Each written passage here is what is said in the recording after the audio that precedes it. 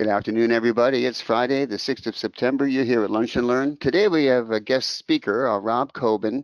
We had lots of people talking about, coherence training and curious about some of the work that he's been doing. So he's going to give you a presentation about, his coherence training, as you can see on your screen there. And I'm not going to do a whole lot of more introduction. He's been doing this for years. He's a great clinician.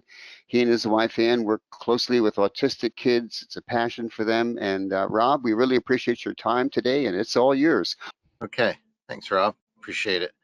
So what we're going to do today is just go through a little background on coherence training, what it's looked like in the past. Coherence training as a type of neurofeedback has now existed for almost 25 years. Hard to imagine that long, but it's been a long, long time. I was just about that time I probably went to my first ISNR conference and heard two of the originators speak about it, and it really hit home with me and made a lot of sense. So we're going to take you through some of that and some of the work we've done and what it looks like, and lead you up into this 4-channel multivariate coherence training that we created about 10 years ago and is built into the NewMind software. So any of you that are using it, hopefully this will be helpful for you in learning about that. So of course, everybody wants to start every Friday morning learning math, but we're just going to do kind of a quick overview to give you an idea of what coherence means. Coherence is nothing more than a mathematical equation. I think for some people, they think it has some sort of magical power that, and there's this thing people say, cells that fire together, wire together. Well, not always the case. So it's important to understand what you're looking at and what you're dealing with here. Essentially, the equation you see there, this is a page from an article we published, 10 years ago in Frontiers in Human Neuroscience. This article has been downloaded internationally about 25,000 times. It's actually become very popular with a couple great colleagues. And essentially we started defining coherence, which is basically taking, the basic model is you take two sensor locations of the EEG within a certain spectral frequency. So let's say you choose alpha, maybe 8 to 13 hertz. You look at the cross spectral density, or basically the correlation, cross spectral correlation between those electrodes within that frequency range.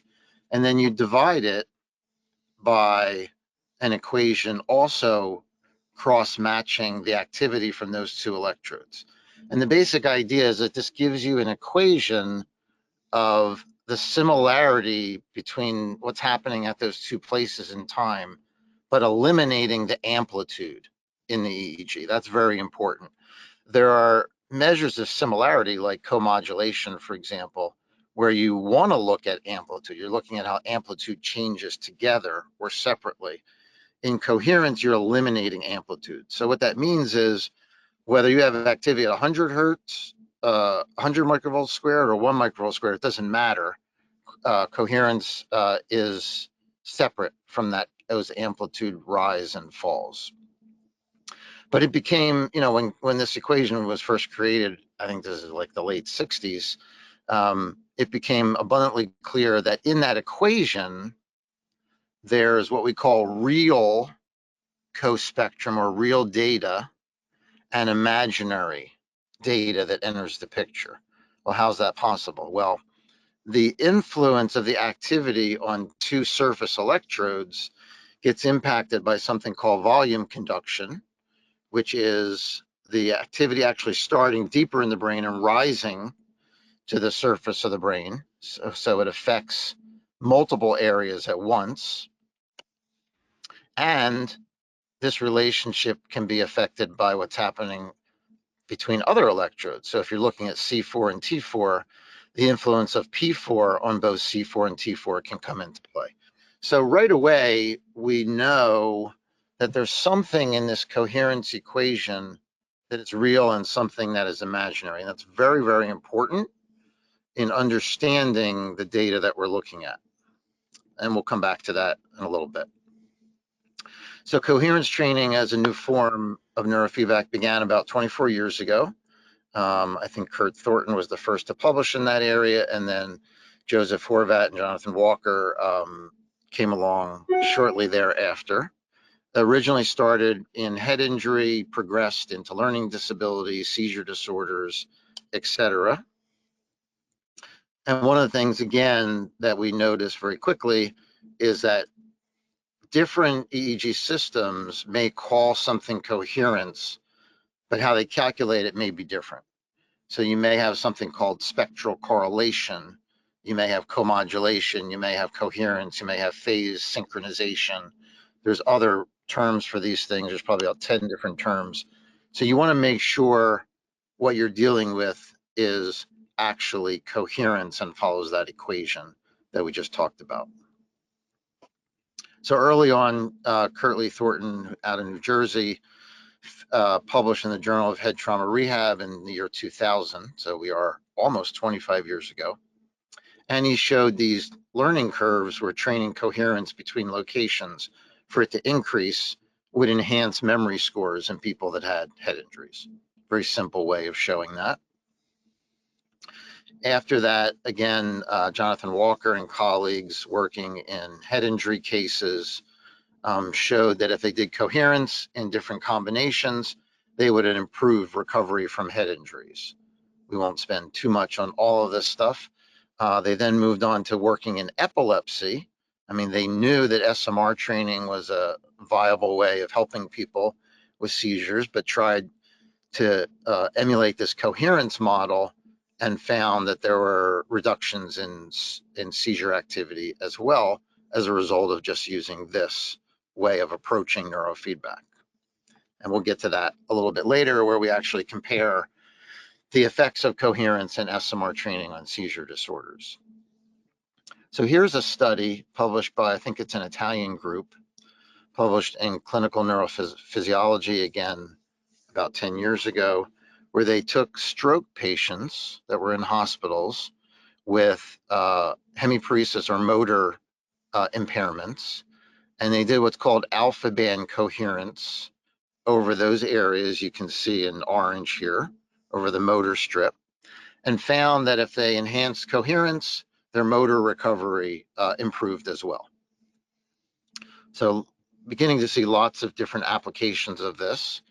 Our initial publication in learning disabilities, specifically dyslexia, is a study we published in 2015 in neuroregulation with colleagues that you see there. And basically what we did is we took 42 kids, 21 of them, they were randomly assigned to a coherence training group and a resource class they had in their school environment. And what we did is we used QEEG data, we'll get into that a little bit more, to look at where the coherence problems were in their brains. And typically, I would say 90–95% of the cases of dyslexia wind up being in the left hemisphere. You can see in this picture here, going from occipital, parietal areas over to temporal or sometimes frontal regions across those areas. And we know that dyslexia involves visual form, semantic, and word processing areas. So that makes sense, especially if the people are right-handed. It could be a little different in some left-handed people. But again, most cases it's going to be on the left side. So if you have someone with obvious dyslexia and you don't see left-sided findings in your QEEG, something's wrong. This is very, very expected finding. So what we found in the study doing 2-channel coherence training, we hadn't invented the 4-channel yet, was that the kids in the resource group over the course of about 6 months didn't change their reading scores at all. The kids, which is you can see in these marks down here on the graphs, this is reading score change, and I think percentage reading score change. of their problems. So if they were delayed by 3 years and they changed by 50%, that means they're now delayed by a year and a half. Is basically the idea. And the coherence training group improved by about 1.2 grade levels in 20 sessions.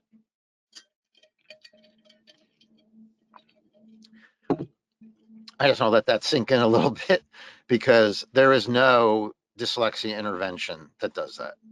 Most of the reading programs that are offered to kids, they have to do it 5 times a week for a year to maybe get about a 6-month improvement. So this is really astronomical. So that was our first foray into that.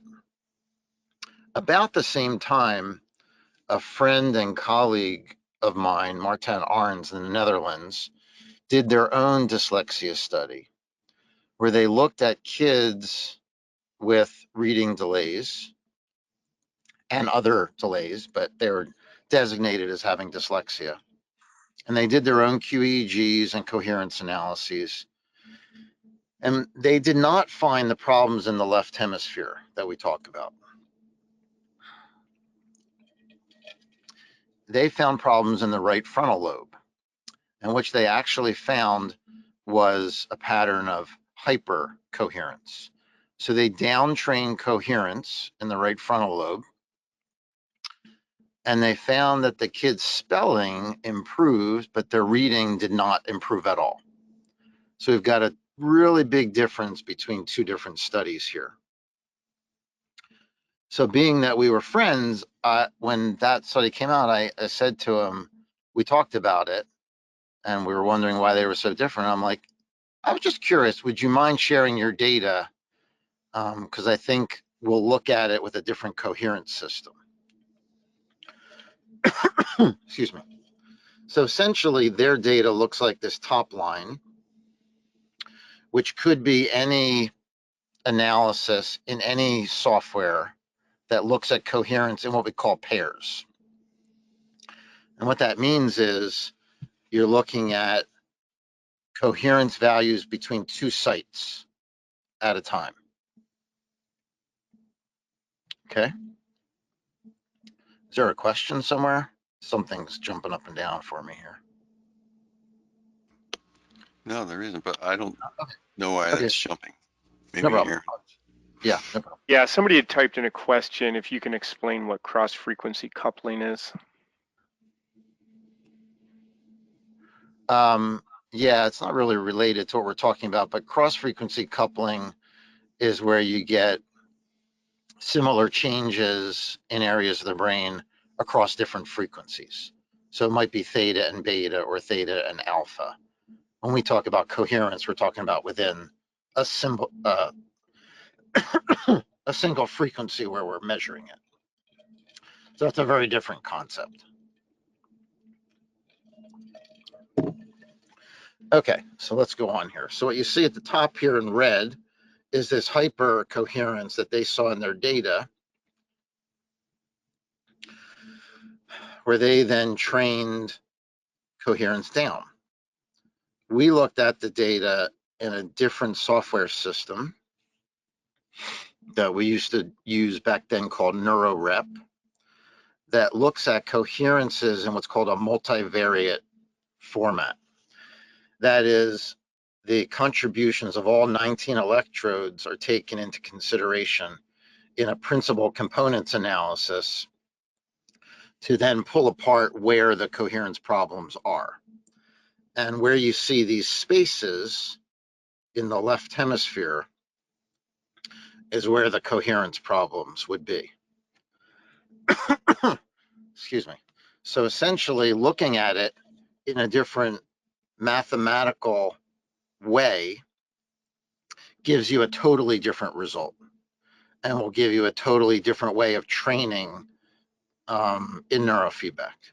On the bottom one, we would train the typical left hemisphere, like we often talk about, like we did in our study. And in the one above, you'd be training coherence down over the frontal lobes. You're going to get a totally different result.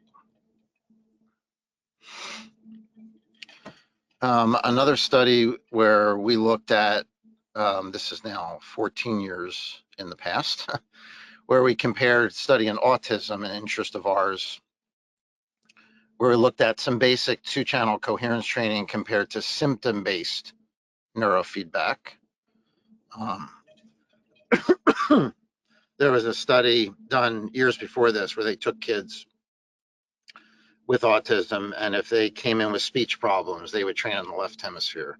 If they came in with hyperactivity, of course, they would train over C4, things like that. And basically what we showed is that looking at the QEEG and looking at coherence pairs and training in that way, we would get about a 3 or 4 increased benefit in outcome compared to the symptom-based training, is all that shows. This is a book we published just so you have a reference. Again, it's 13 years old. Time flies. And we put all of the data together here for autism and connectivity training at that time. But there's been a lot more since then. So one of the things that's important to understand in all of this is the difference between different types of connectivity measures. Coherence measured in pairs is what we call functional connectivity. So we start with something called structural connectivity, and that is the real connections in the brain. The only real way of measuring that right now is through something called diffusion tensor imaging in an MRI study, where you can actually measure how the water molecules are transferred across different networks in the brain. And you can actually do this and get images like this on people, which we did for a little bit. You'll see one of those below. Functional connectivity, however, is a measurement, again, typically between pairs of activity. They do it in the EEG. They also do this in functional MRI. So when you read about studies of functional MRI where they talk about functional connectivity changes, they're talking about changes in the bold signal between 2 areas of the brain and correlating them. That is not what we call effective connectivity, which is using a mathematical model that will predict the actual occurrence of communication, as in this was communication across these real structural pathways. When you use these paired coherences or this functional model, you don't get the actual data that's actually happening in the brain. You get a byproduct of it. And we're going to talk about that in detail here. So this is an example of a DTI we did on a control and an individual with autism. The control is on the right side. And this is a measurement of, you can see a little green ball here, a measurement of activity through that region of the brain, designated as the mirror neuron location in chimpanzees, if any of you have heard of mirror neurons or mu dysfunction or anything like that. And you can see the pathway goes from the prefrontal cortex through the inferior frontal lobe, temporal lobe, into the limbic system. This is a normal pathway, and it helps regulate limbic and social activity. On the left, you see a young girl who is 12 years old at the time with what we used to call Asperger's. And you can see her activity is very, very different. So her functional pathways are highly dysfunctional in that the prefrontal cortex never gets connected really to the limbic system at all to process this type of information.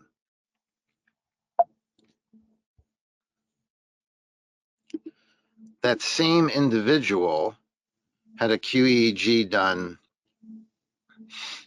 I think it was literally a day later, honestly.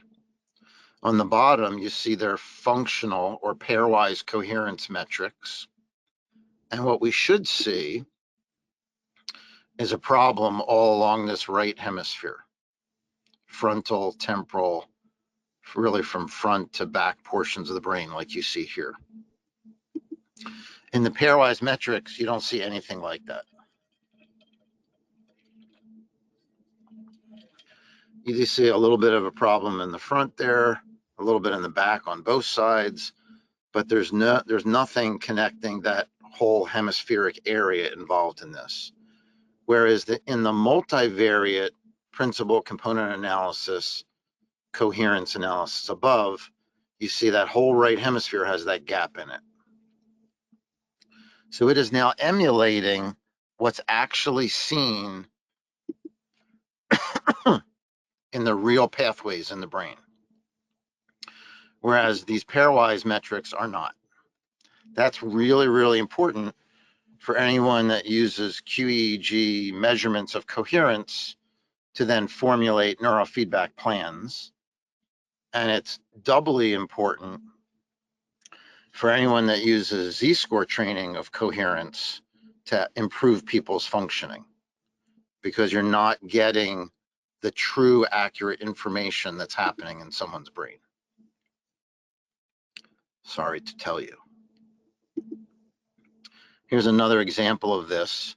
This is a simulated experimental study they did, where they did machine learning, where they put together a model of actual connections in the brain in the EEG, where 1 connected to 2, 3, 4, and 5. Those were the actual connections. And you can see that in this model below. The black lines are the connections. When they looked at measuring 2 pairs at a time, just 2 sites, a pair at a time, they found activity not only between the ones that existed, but the red ones as well. So these are what they called spurious findings. That is, these are a result of the correlational analysis, where they're now showing there's a relationship between regions where a relationship doesn't exist. I want to emphasize that. When you look at coherence in pairs, it's estimated about 50% of what you're looking at is real, and 50% is what's called a spurious finding. It doesn't exist. It's just based on correlations across different EEG locations. But it's not the true connectivity problem we want to look at. Whereas if you look at it in a multivariate fashion, the statistics used enables that to drop off, and you then determine the actual real relationships.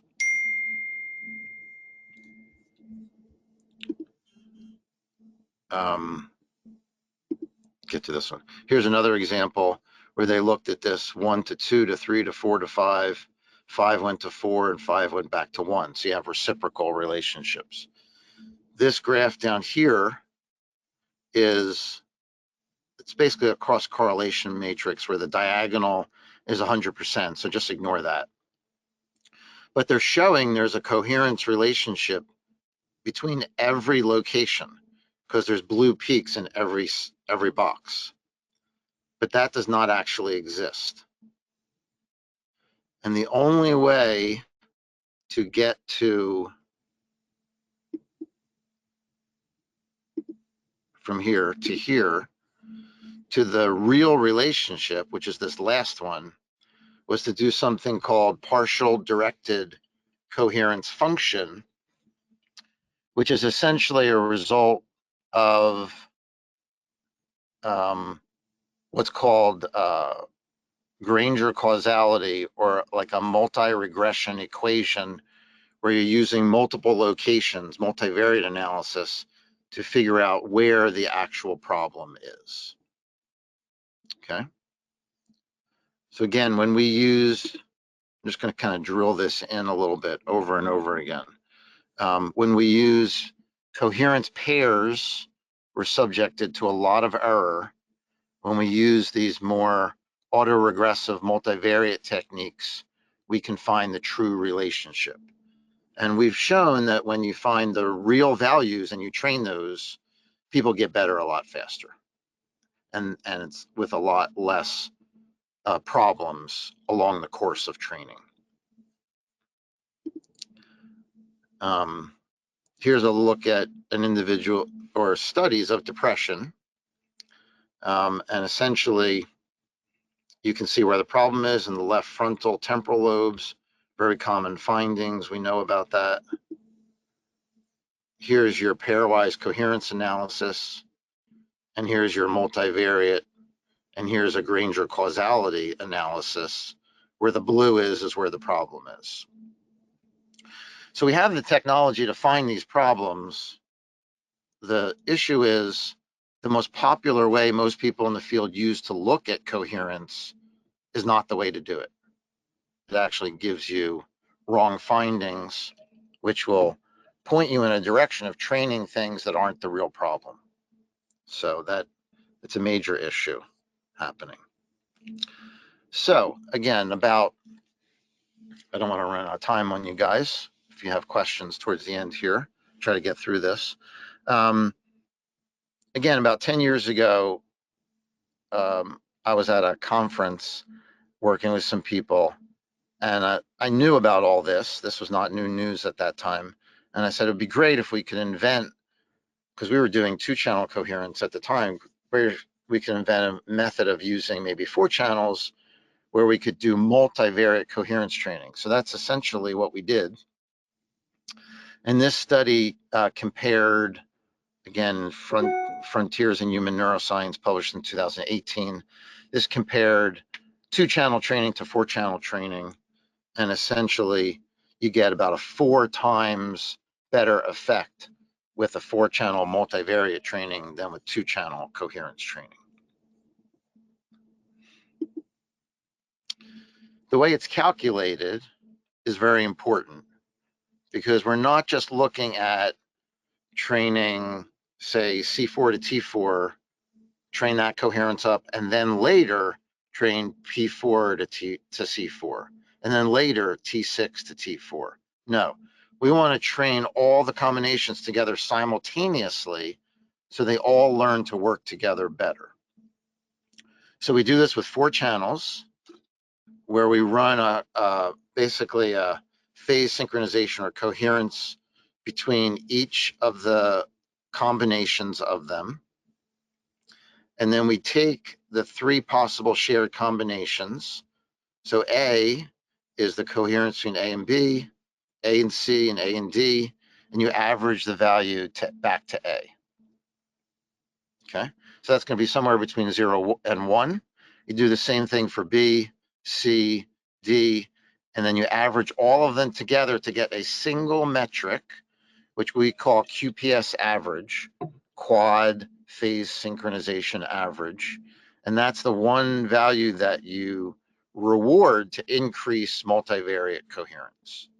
And that is what is embedded in a lot of software algorithms and in the NumMine algorithm as well.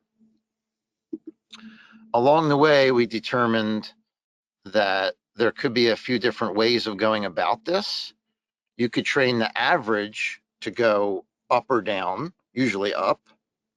You could train the differences between all of them. Let's say A, B, C, and D at different values. Let's say the average of A is a 0.2 and B is a 0.3 and D is a 0.4. And the average might go up, but they might not all come up to the same level. So now you might want to train something called deviation, or the difference between the values, to make them closer to each other. And then we created one that does both simultaneously, where you're making them more similar to each other and increasing the value at the same time. And we call that QPS mod. So there's 3 different ways of going about this. Most of the software companies that have put this in just use QPS average, which is great. But we can talk about other ways of accessing the others. So I just want to quickly go over how this has been used over about the last 10 years. And I can tell you having worked with, we do a lot of consultations with people where we help analyze their QEEGs or EEG data with the multivariate connectivity algorithms that we've created that aren't really available in any commercial software suites. Essentially, and this isn't a criticism of any one, so I won't make any names, but essentially every commercial database-driven QEEG system measures coherence in pairs. There's very few exceptions to that. We've created an algorithm where you come up with these types of images down here, where you look at the source and the multivariate connectivity, or what's called Granger causality across them. So if anyone's interested in that, we'd be happy to help you. But essentially, we use that to guide the choices of the electrodes, the frequencies of the protocols that we put in place. And that's been the algorithm we've used for all the successes in this research. So that's important to realize. So all these types of problems have been treated very successfully. I'm sure there's a lot more than that by now. We've worked with hundreds of clinicians and probably thousands of patients with this at this point.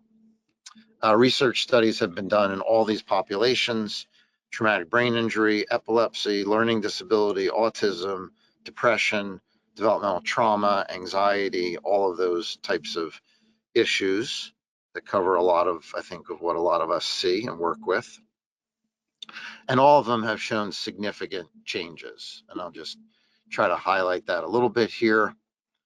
We then went back and we did a study in learning disabilities where we looked at comparing the 2-channel training to the 4-channel training. And the 4-channel, shouldn't be a surprise, was about twice as effective. So instead of 1.2 grade levels improvement in 20 sessions, we now get 1.6 in about 15 sessions. And a greater percentage of people improve in the techniques. So with 2 channels, about 5 out of every 18 improve by a month or more per session. Whereas with 4-channel training, 16 out of 18 do. So you're much more likely to get the result that you're looking for. This was a study of traumatic brain injury, where we saw, there's a lot of conversation in the rehab world that you only have a certain period of time to treat people. So in traumatic brain injury, especially for adults, it's thought it needs to be within 6 to 12 months. So we took groups of people that had a head injury less than a year, 1 to 5 years, and greater than 10 years ago, and then did this QEEG multivariate analysis, did 4-channel training with them, and showed that the time since injury was irrelevant with this technology, and that they would improve no matter how long it's been. This is the study I alluded to on epilepsy, where we took a group of people with seizure disorders. There were, I think, 40 in total that we looked at, and used, again, 2-channel training led to a 56% reduction in seizure activity as measured by the EEG, and 4-channel training to an 81% reduction.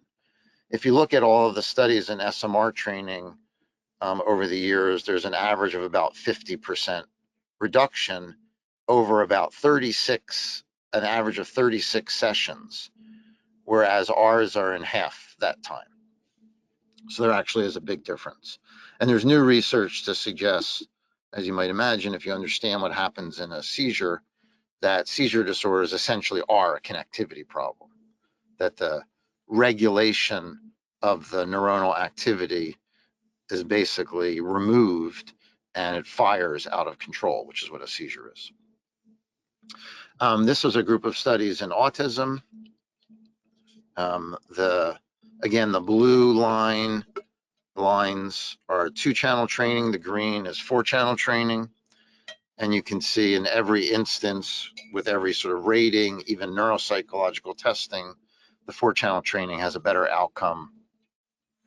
And ultimately, across a minimum of 20 sessions, parent rating of 98% said there was success in the treatment compared to those that said there wasn't any change seen during that course.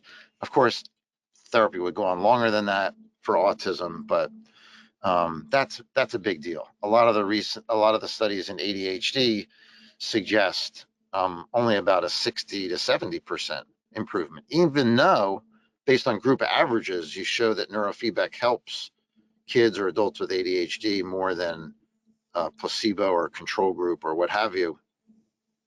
The actual ones that improve, the maximum is like 70% of the population. So this is a much bigger number for sure. Another study in depression where we showed that 4-channel training led to, this was a drop in Beck depression scores on the average of about 25 points. So if any of you use the BDI and understand those numbers, that's a tremendous change or improvement in depression symptoms. And this is the waitlist control and even a psychotherapy group compared to that impact.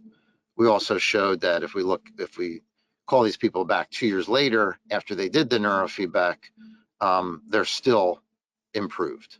So this is a long-lasting effect for sure.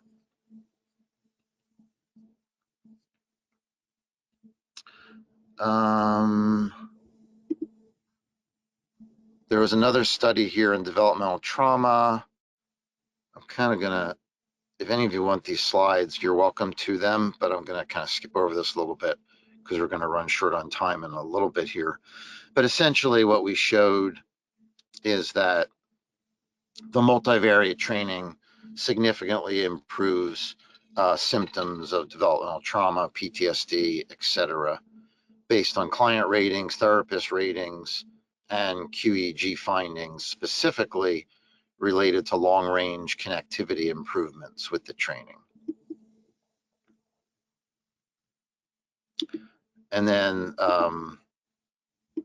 this last study actually showed comparing actually using functional connectivity metrics to these multivariate effective connectivity metrics, and showed that once you use these QEEG metrics that predict better where the problems are and exactly how to train, that your outcomes are significantly better as well.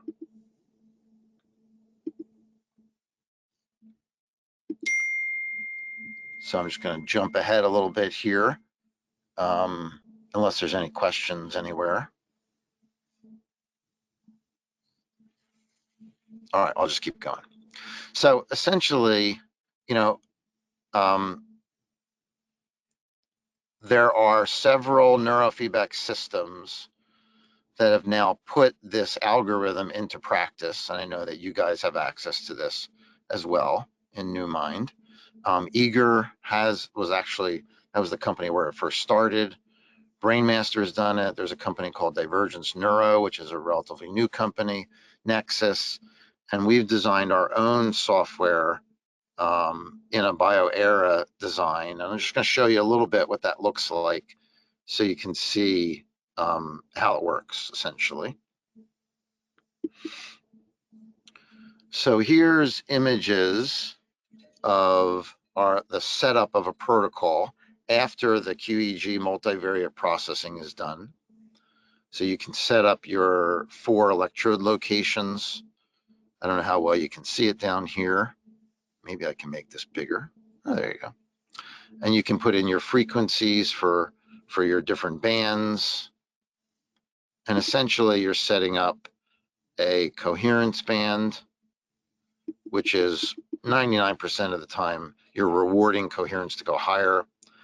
And then 3 bands for power inhibits is typically how it works.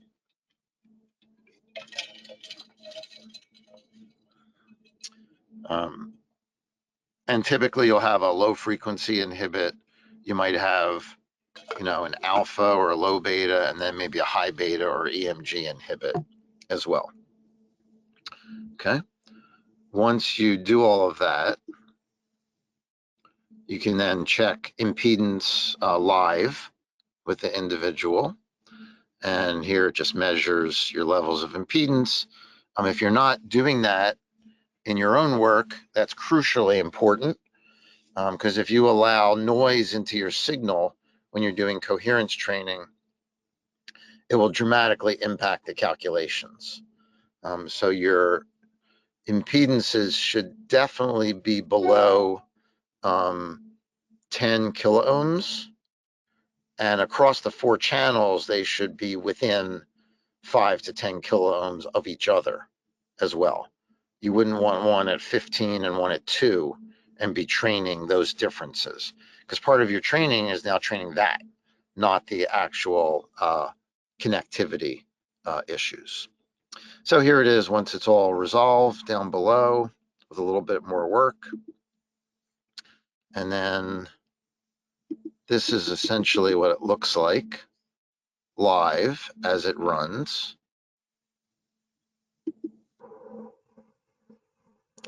So up top, you see the 4 EEG live data as it's happening. Down below, we have the coherence band in essentially a bar with a threshold, the black line, and the 3 inhibits. And we have a measurement of all the coherence values, both in a line format and again in a bar format. Okay, so this is the average coherence. Let's see if I can make it even bigger. This is the deviation across them. And this is the value, the shared coherence values across A, B, C, and D, wherever you've chosen them to be.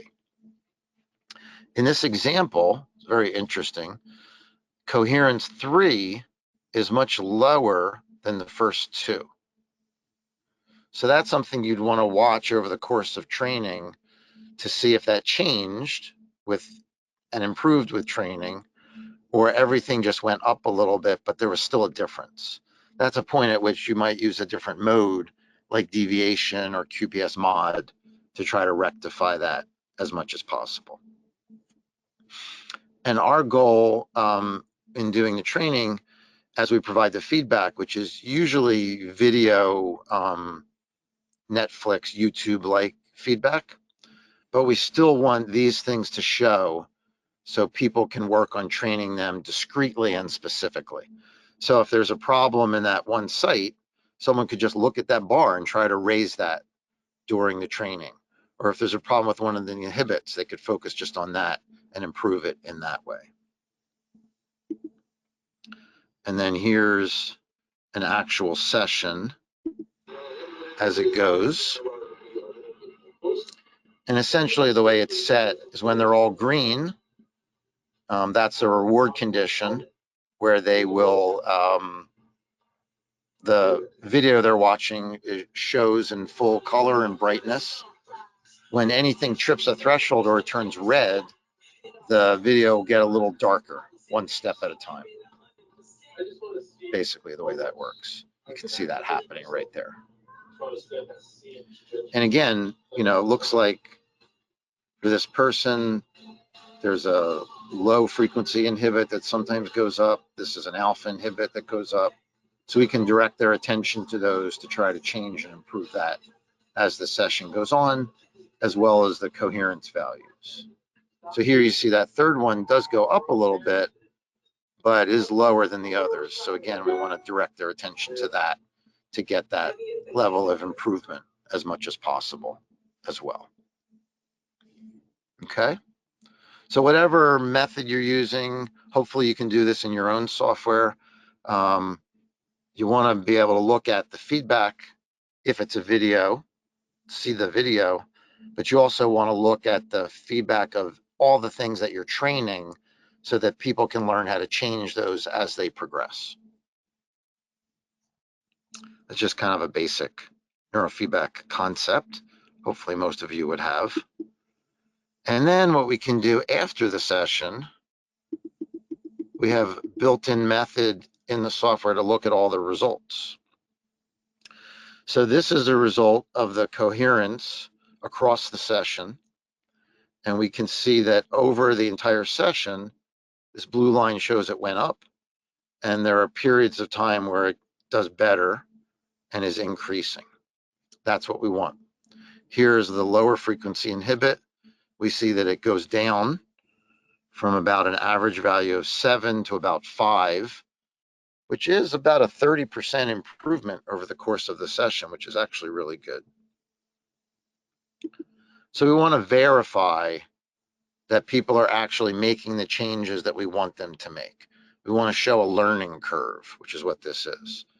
Here's the second inhibit going down quite a bit, and the third inhibit, which is more of a high beta inhibit, not as big a problem as the others, but that is going down as well. And if for some reason in a session they don't, then we can direct people back to the training and have them work on improving that specifically as they're doing their training live. Okay, so suggestions after all we've learned about using this in our own clinics and helping other people to use it. Select a client that requires coherence training. Well, what does that mean? What we know from having done a meta-analysis of all the data that we've looked at and presented some of it to you here today is that the people that benefit the most from this are people that have the biggest connectivity problems. You may not know that just based on their symptom presentation, but in our experience, those are people with traumatic brain injuries, seizure disorders, learning disabilities, autism, developmental trauma, depression. All of those have very significant problems.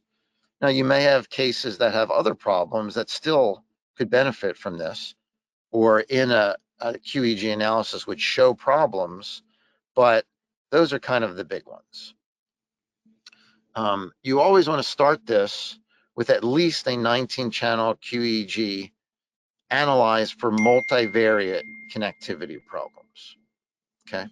We do not recommend that people use this type of training without a QEEG. None of the data that shows it's beneficial is based on that, okay? And none of the data is based on using paired coherences to judge where you should train someone. So there's no way to compare the efficacy that we've shown in the research to what would happen with that client unless you kind of meet those conditions.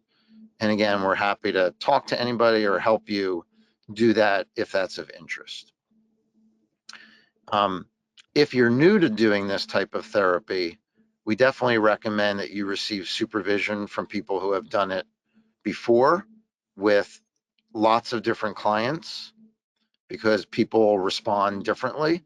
One thing we know about this therapy is that it works very well and it works very quickly. So what does that mean? Well, that means people might improve and you might need to change things up more often than you would otherwise, or you might need to maybe even talk about adjusting medications faster than you would otherwise. Just as a typical example, someone with ADHD, for example, where it might take most cases around 35 to 40 sessions to have significant improvements, we could see that again in 15 to 20 sessions. So we want to be sensitive to that and aware of how we're helping people in the best way possible. The session duration is also important. We never train people for 45 minutes doing this. The max is usually about half that, about 15 to 20 minutes. Because the intervention is so potent and it actually is very tiring for people, it's a big workout, they get fatigued faster. And if you train someone past their fatigue level mentally, they'll actually not do as well as if you stop the session earlier. This is especially true in head injury, autism, trauma cases, things like that. So you generally want to work with someone who knows about the experiences people have with this. Use a training platform that provides engaging feedback, discrete rewards and inhibits, like we've talked about, and the ability to look at your different coherence measurements as you're training. So if someone needs to work on those specifically, they can. And use a platform that allows you to view session results to see if you're having learning curves, and potentially multiple modes of coherence training. So let's say you do QPS average and someone improves, but we see that one of their electrode sites is way far below the others, we might want to switch to a different mode to improve, help them improve maximally. So that's when it's good to have access to that other, those other options as well. I will mention, we've created this platform in both a clinical as well as a home training version. So if anyone's interested in that for anyone you know, we'd be certainly happy to help. Okay, so we look like we're close to the end. If there are any questions, I can We have a question from Gary Ames. Gary, you with us? Not Gary Ames. Oh my gosh. Yeah. Gary. Hi, Rob. I asked you this same question 10 Gary. years ago, and I want to see if you have a different answer. All right. If 2-channel coherence is good and 4 is better, how about 6 or 8 or 19? It's still a very good question. And we don't know the answer to that. No one has done it. Thank you. Absolutely. Go Phils.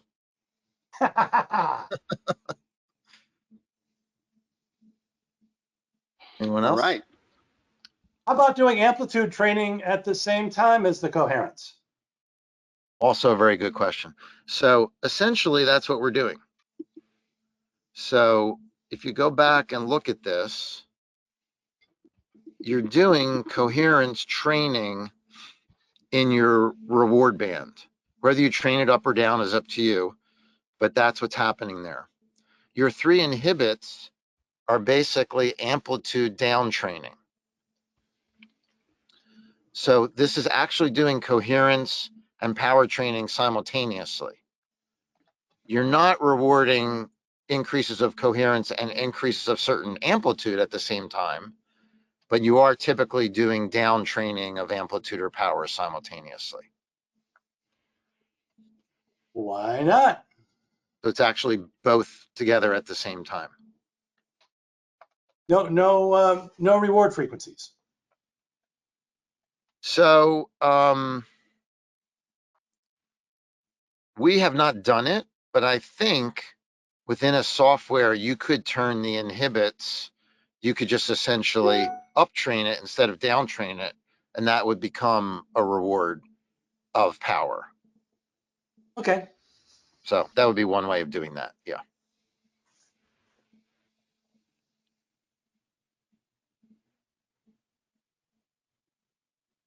Anybody else? Well, Yes, Rob. so Oh, go ahead. Go ahead. does this completely replace 2-channel coherence? Like clinics who learn the 4-channel, they can just ditch the 2-channel? Yes, absolutely. Okay, thank you. Thank you very much. This has been like almost too much information, but I got it. Or maybe it has been, and I still have to integrate. But thank you a lot. Sure. Any It of is the a last lot. questions, folks? I think Okay, well, everybody's Rob. integrating. Yeah, I guess so. Yeah. That was excellent. Thank you so much. Yeah, if anyone wants access to slides, I'd be happy to share them. So just let me know. All Yeah, right. that was excellent. Okay, great. All right. Hope everyone has a great day. Thanks And a very good much, weekend. Rob. Thanks, everybody. Take care. Bye-bye. Bye.